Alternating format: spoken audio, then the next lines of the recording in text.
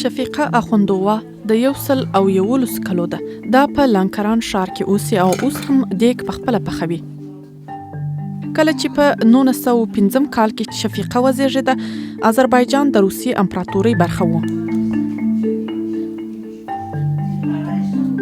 من yaxşı yoldaşım saxlayır. زما میړه تل ماته ښه پاملرنه کوله. ما ښه خوراک کوه. کله چې بل هیڅ چا خوراک نه درلود، ما درلود. ما ښه ژوند درلود.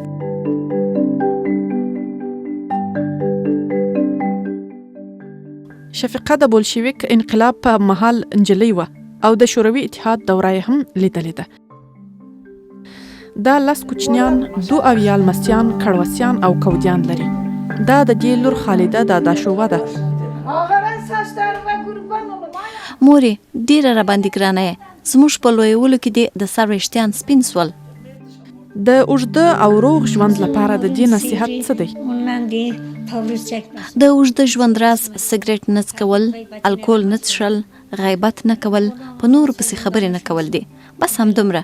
څوک باید له بله ونه سوځي او د ځان لپاره ژوند وکړي او کوچنیان یې هم همداسې ژوند وکړي.